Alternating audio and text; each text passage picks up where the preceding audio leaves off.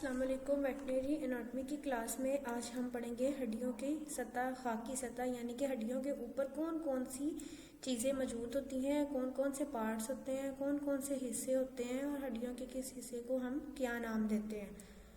हड्डियों की सतह पर मुख्तलिफ किस्म के उभार बने होते हैं। कुछ उभार होते हैं, कुछ घड़े होते हैं और कुछ नुकीली सतह बनी होती है। मुख्तलिफ तरह की सतह बनी होती है और हर सतह का अपना अपना एक अलग नाम है और हमारे जिस्म में उसका अलग अलग किरदार है।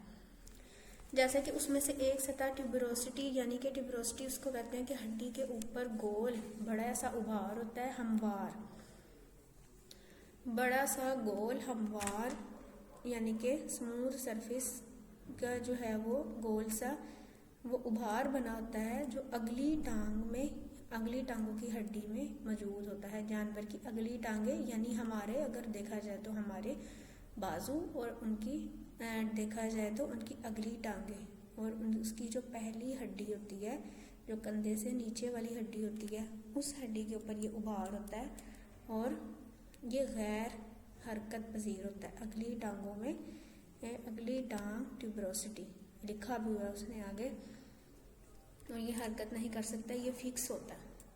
ट्यूबरकल ये भी फिक्स होता है, ये भी हरकत नहीं कर सकता, ये भी एक उभार होता है लेकिन ट्यूबरोसिटी की निस्बत इसका साइज छोटा होता है।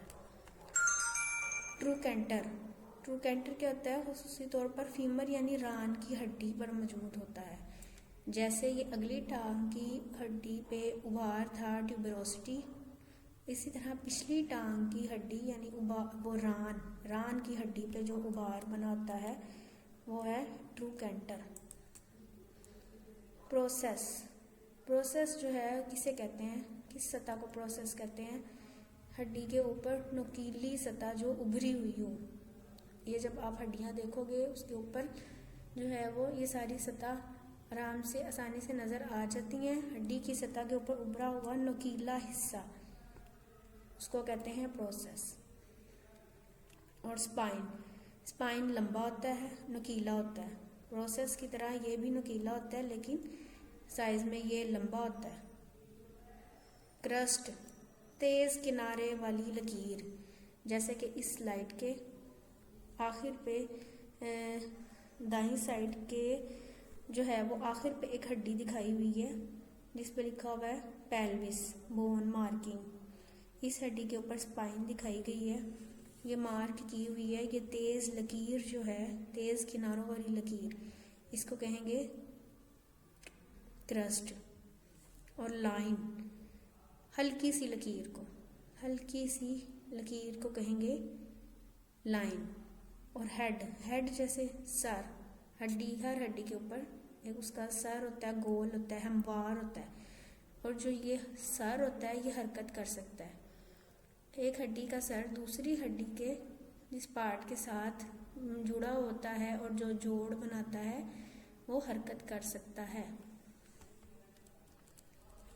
जैसे उसने ये कहा था कि ट्यूबरोसिटी हरकत नहीं कर सकती लेकिन जो सर है, हेड है, ये हरकत कर सकता है। गर्दन, हड्डी का जिस्म और हड्डी का सर, इन दोनों के दरमियान की जो जगह उसको कहेंगे नेक। कंडाइल क्या होता है? ये लंबी हड्डियों पे होता है और लंबी हड्डियों के किनारे पर मौजूद होता है। हमवार होता है, खुरदरा नहीं होता, हमवार होता है, साइज में बड़ा होता है और ये भी जो है हेड की तरह हरकत कर सकता है। इसकी शक्ल सिलेंडर की तरह की होती है, सिलेंडर नुमा इसकी साख्त होती है।